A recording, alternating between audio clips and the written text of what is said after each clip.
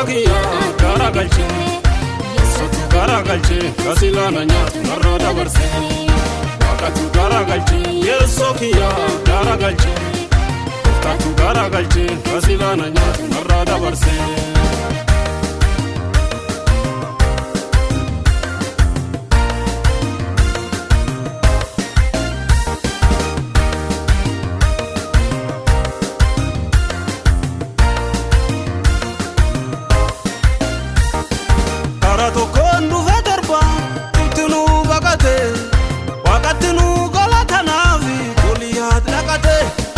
Kasilanu nyaatotinu yaanurraa gargale bashannane farsa waaqana galata dabale Kasilanu nyaatotinu yaanurraa gargale bashannane farsa waaqana galata dare Waaqatu garagalche Gooftakiya garagalche Yesuutu garagalche kasilana nyaatu narra dabarse Waaqatu garagalche Yesuukiya garagalche Gooftaatu garagalche kasilana nyaatu narra dabarse Gama hejjeenna dhaayatulle nuufi nagarsiisulle Waaqan jira hin sodaadhu Waaqan jira Waaqan jira hin sodaadhu Waaqan jira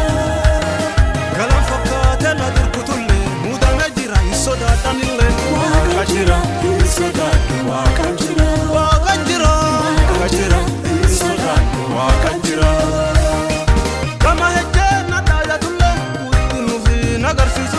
Waaqan jira hin sodaadhu Waaqan jira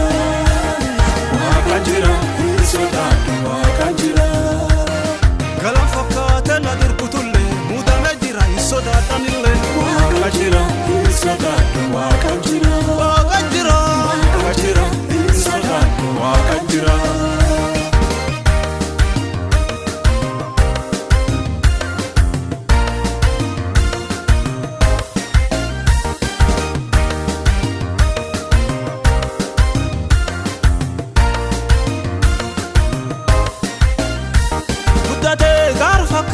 Leenci fakkaate kasilana dur ta'u waaqa dhufee na dura kaase karaan kan kee diriira meeni jedhee jechi na seene kalleen sodaa lakkisee waaqa faarsaatu deeme karaan kan kee diriira meeni jedhee jechi na seene kalleen sodaa lakkisee waaqa faarsaa duratti deeme Waaqatu garagalche Gooftakiya garagalche Yesuutu garagalche kasilana nyaatu narra dabarse Waaqatu garagalche Yesuukiya garagalche Gooftaatu garagalche kasilana nyaatu narra dabarse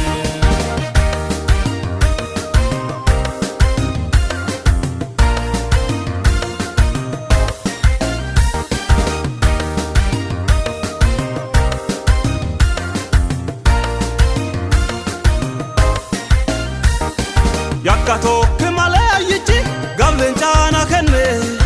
harki waaqatti dhufee afaan qabee leencilleen na tunde